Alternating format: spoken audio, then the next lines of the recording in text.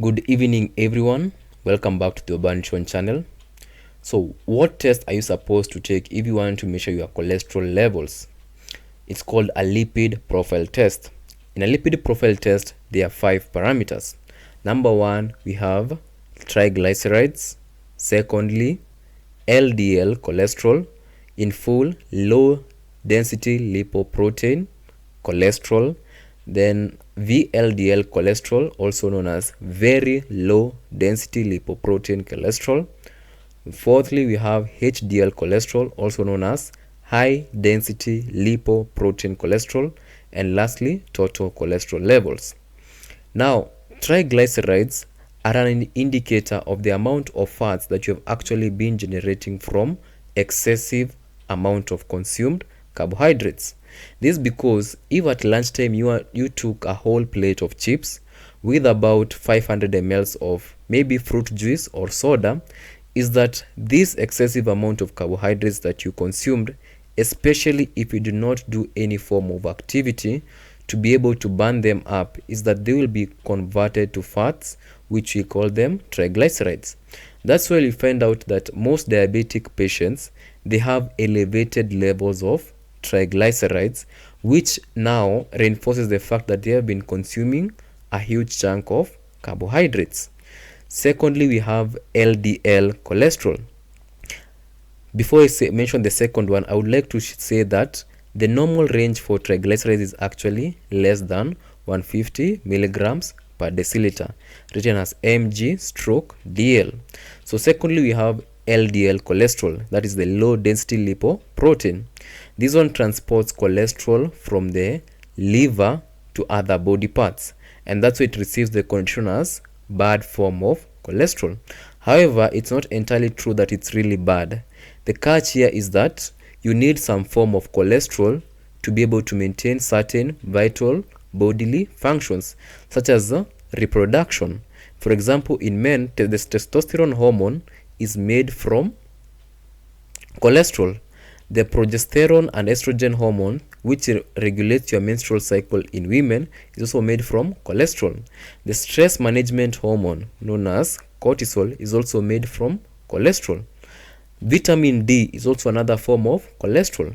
So you still need some amount of cholesterol being transported from the liver to other body organs to ensure that you are having these vital functions being maintained. That is manufacture of your steroid hormones, as well as even vitamin D utilization in your body. Now the thing is that LDL cholesterol is also used in repair of damaged arteries. So if your LDL cholesterol levels are very high, it could indicate that there's some damage that is actually ongoing in your arteries, because LDL is just typically a bandage. Let me put it that way. So for example, if I was a smoker and this is my artery, smoking cigarettes damages artery. The nicotine, the tar, the carbon, it damages my artery, and so it will form a hole in this artery. So cholesterol will be sent from the liver to this artery to actually repair it. And so on day 1, it will be this way. But I'm still smoking. I'm not stopped smoking. Day 2, another bandage. Day 3, another bandage. Day 4, another bandage. Eventually, this blood vessel is blocked. And this blockage is what we know as the plaques. And this is what your doctor will tell you. There are plaques in your arteries. And this plaque was not really the problem. The problem is what caused the damage. Let me put it this way. If today I was walking on a road and I hit my leg on a nail, is the nail the problem, or the bandage that I'll have to use to prevent further bleeding from the nail? The problem is actually the nail, not the bandage, and that's why LDL functions most of the time as a bandage. The problem comes if I continue pressing the nail, is that I'll have to use more bandages, and eventually the pipe or the artery will be blocked. Therefore, I cannot transport blood effectively, and that can cause me to have a heart attack or even a stroke. So the normal levels of your LDL cholesterol is supposed to be between 100 to 130 milligrams per deciliter. Then thirdly, I mentioned VLDL cholesterol, very low density lipoprotein. Now VLDL is the worst, truly the worst form of cholesterol, and this because it's made from carbohydrates which form triglycerides, and then these triglycerides form VLDL cholesterol. And VLDL cholesterol is not like LDL cholesterol. You need some form of it to ensure that there are certain bodily functions that are being maintained. VLDL cholesterol is just there for storage purposes. It's being put there because probably my face is now full of fats, my hands is full of fats, my legs are full of fats. So what does the body do? It has to make this VLDL cholesterol from the excessive carbohydrates beginning there to be able to store it for later use for energy. And it can penetrate the minute spaces in the body, such as your capillaries, and the capillaries can be this small. So if I have a capillary that is transporting blood to my and nutrients, oxygen and nutrients to my heart muscle, is that it will get blocked. And when it's blocked, what eventually happens is that there is choking or there is suffocation happening on that heart muscle. With choking and suffocation on a heart muscle, it means that I'll only have maybe 60% of my heart muscle functioning optimally, while the 40% is failing. And that you'll find out that when you are doing the test to measure if there's injuries happening to the heart muscles, like the heart is getting injuries, there's a test we call troponins that measures that. And you'll find out if the troponins are high, even at the same time the triglycerides are high. And why is this important? Because these triglycerides are the ones that make the VLDL cholesterol. And to be able to measure just your VLDL cholesterol, what do you do? Just do your triglyceride levels divided by 5.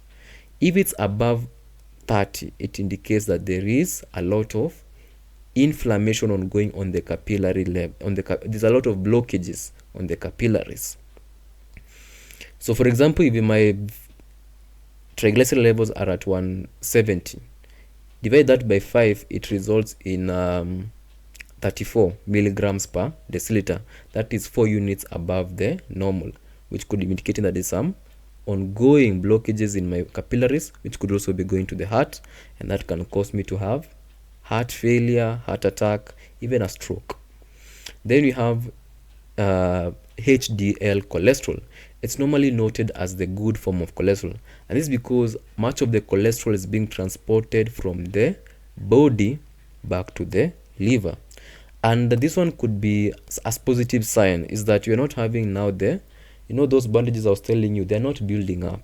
There are no injuries happening, so the body is not seeing any need to put any if you are not having any injury in your skin, is there a reason to put a bandage? No. So the HDL could be indicating that there's actually less things that are ongoing that require a lot of repair or a lot of bandages. So it's simply reducing the risk of those plaques. Doctors will call them plaques, but I'm trying to use the bandage as a way to be able to give you a simpler way to be able to understand it. So in men, it's supposed to be between 40 to 60 milligrams per deciliter. Some will say it can go up to 80, while in women between 50 to 60 milligrams per deciliter. Others still say it can go up to 80. In children between 45 around there to 60, though there's still that allowance to go up to 80, as I said. Then lastly, we have total cholesterol levels, which is just a combination of all of these. That is the triglycerides, LDL cholesterol, VLDL cholesterol, HDL cholesterol, and it's just a combination of those. And it's supposed to be less than 200 milligrams per deciliter. But as I mentioned, just ensure that you are watching out for your VLDL cholesterol and triglycerides, because these are fats and cholesterol made from excessive carbohydrates, and the direct marker that you're having a problem with relation in blockages of your capillaries, which are the ones that are actually supplying blood, nutrients, oxygen to those sensitive organs. They are you see the ones that in your eyes, those tiny blood vessels, they're the ones we have called the capillaries. And so if your triglycerides and VLDL levels are high, it could mean that they are getting actually blocked, and you have a great risk of a stroke or even a heart attack or heart failure. And so thank you for watching. Remember to share, like, comment, and subscribe.